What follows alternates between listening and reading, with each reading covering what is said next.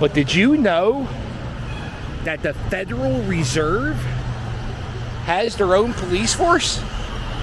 Federal Reserve Police. I've never seen that. So this area, you have the Federal Reserve Police, the park rangers run the park services, and across the street you have the United States Mint, and the Mint has their own police force. Ooh, what's in the truck? What's in the truck? What could the federal... Oh, you know what they do? They shred up money in here. They destroy old money. If you go inside the Federal Reserve, they have this exhibit. It's called Money in Motion. And it kind of explains to you how the Federal Reserve works. And I say kinda because you go in there and they show it to you and you just leave more confused, because I still don't understand how the Federal Reserve works. I don't know if money's real. One of the highlights of if you go in here and do a walking tour, at the end of your tour, they give you a plastic baggie full of shredded up money, because when money gets all dirty and old, they shred it up and destroy it. Here we are, Independence Hall Visitor Center. It absolutely is one of the best views you can get of Independence Hall. Right there in that building, that's where they keep the Liberty Bell. That building right there where you see the windows and the outline of a door, that's called the President's House. And when George Washington and John Adams were president of the United States here in Philadelphia, they lived in that house right there.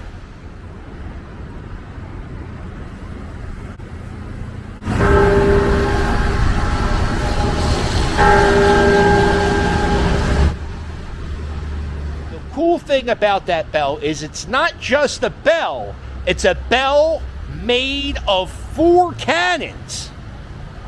2 cannons from the Battle of Saratoga, 2 cannons from the Battle of Gettysburg, and they melted 4 cannons together and they made a bell that weighs 13,000 pounds, and that's called the Centennial Bell.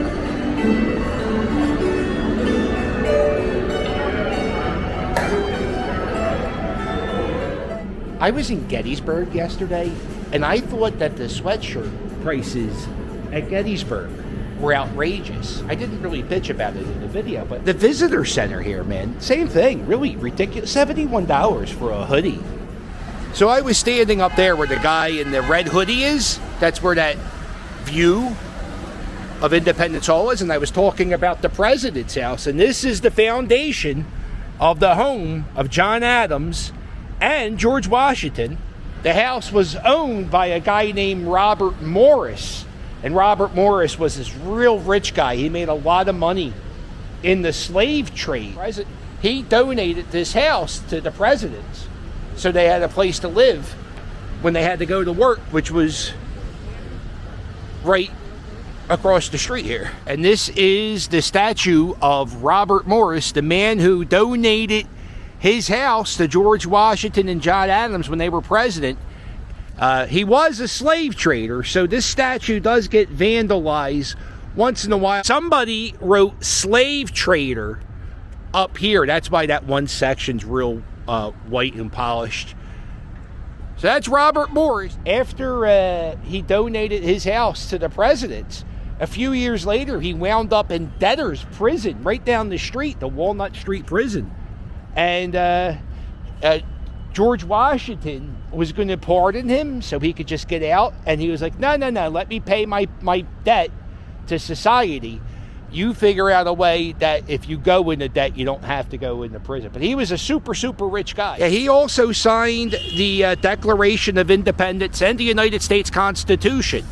And that statue is kind of misleading because this is what the guy really looked like. Here we are, Carpenters Hall. If it wasn't for the events that happened in this building, the events of the buildings in Independence Hall would never happen. This is where the First Continental Congress met. They wrote a letter to King George. They were like, yo, stop taxing us. They mailed it to England. The king doesn't respond. And then we put up our dukes. We go to war. Ben Franklin spent a lot of time in this building because his house was right down the street here. But look at this.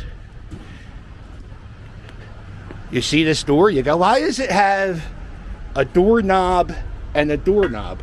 Well, this isn't a doorknob.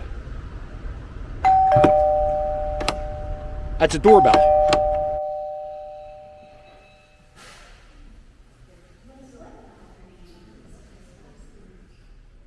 And these are one of the chairs that they used to sit in for the first Continental Congress, right here. So this is Carpenters Hall, and if you go up these steps, you will find a library, and in that library of Carpenters Hall, Ben Franklin met with a French spy, and they worked out a deal that the French government would finance the American people during the Revolutionary War. And the anniversary, it happened sometime in December 1775. I love the doors in these old buildings. Now, this building isn't owned by the federal government. It's privately owned. There you go. Hello, welcome. Welcome to Carpenters Hall. I'm the captain. Welcome. Welcome. There you go, please. John Adams, George Washington, they all hung out here. Have a good time. Yeah. And this is the doorbell. The doorbell, there was an arson in this building a year ago. And for some reason, they got rid of the doorbell. I also, maybe the workers of the building were annoyed with the doorbell. I'm going very slow. If I wasn't chatting with you guys, I could do this in about 30 seconds.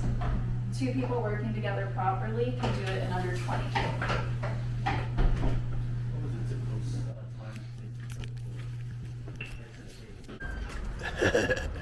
She said if 2 people do it properly, it would be under 20 seconds. This is the National Liberty Museum. Looks like it's closed today. But if you go in this museum, in the very front, they have an exact replica of the Liberty Bell without the crack. And I think if you go in there, you can ask an employee to ring it, and you can actually hear what the Liberty Bell would sound like.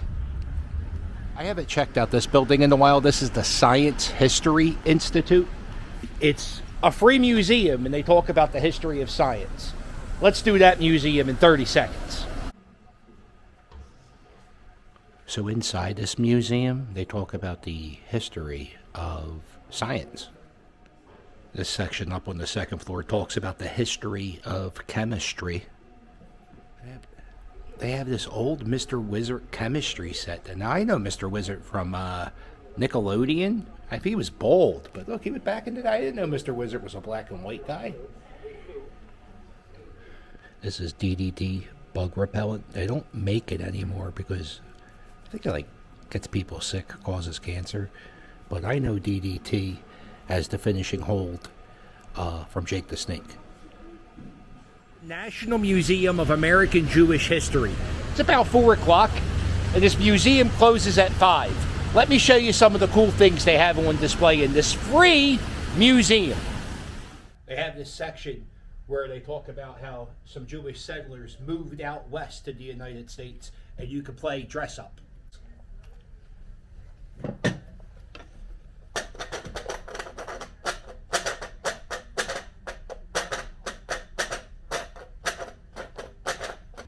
Here is a little section talking about the Levi Strauss Company, and these jeans are from 1890. They look pretty good. If you sat here and read every single sign and every little, it would probably take you 5 to 6 hours to do this museum properly. I'm in the part where they talk about the 50s. Look at it, they got a little living room and a kitchen.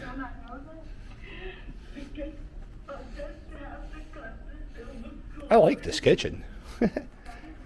This is Leonard Bernstein's Grammy from 1989 and his glasses.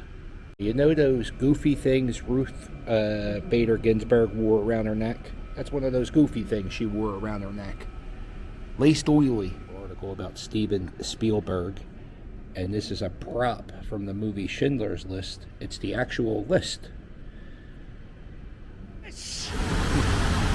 Hold it! This is not a public restroom. Please respect Philadelphia.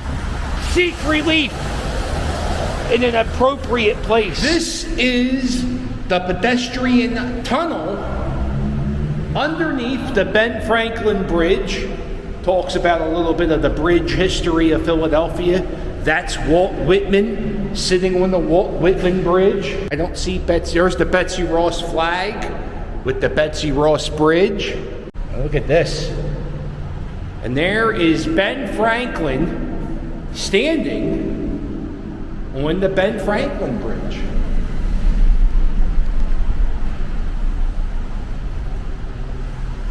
And people come down here and piss all the time. That's why that sign's there.